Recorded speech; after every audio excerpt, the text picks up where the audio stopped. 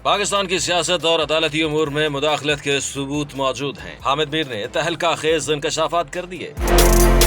एक निजी चैनल के प्रोग्राम में गुफ्तगू करते हुए सीनियर सहाफी हामिद मीर का कहना था कि आज ऑडियो लीक्स केस में जस्टिस बाबर सत्तार का एक खत सामने आया है, जिसमें उन्होंने कहा है कि ऑडियो लीक्स केस की समाअत के दौरान मुझे सिक्योरिटी एस्टेब्लिशमेंट के टॉप ऑफिसर का पैगाम मिला है कि पीछे हट जाओ। मैंने ऐसे धमकी आमेज हरबे पर कोई तवज्जो नहीं दी। मैंने ये नहीं समझा कि ऐसे पैगामात से इंसाफ के अमल को नुकसान पहुँचने का खतरा है और ऑडियो लीक्स केस में खुफिया और तहकीकाती इदारों को अदालत ने नोटिस जारी किए हैं।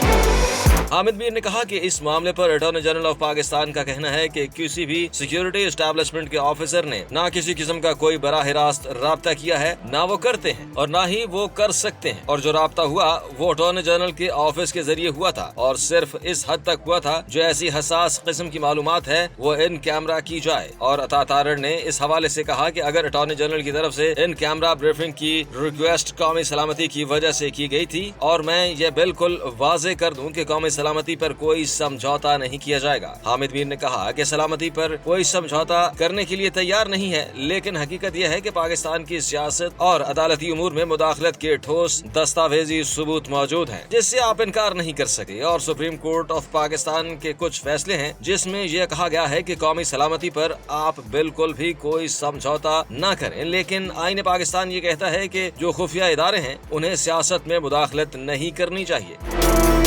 हामिद मीर का मजीद कहना था कि वजीर दिफा ख्वाजा आसिफ ने कौमी असम्बली के फ्लोर पर खड़े होकर कहा कि पाकिस्तान की सियासत में मुदाखलत करने वाले एक फौजी डिक्टेटर को उसकी कब्र से निकाल कर फांसी पर लटकाया जाए। तो जब आप डिक्टेटरों को कब्रों से निकाल कर फांसी पर लटकाने की बात करेंगे तो फिर हम मजबूरन ये गुफ्तगू करेंगे कि सियासत में मुदाखलत का रास्ता कैसे रोका जाए।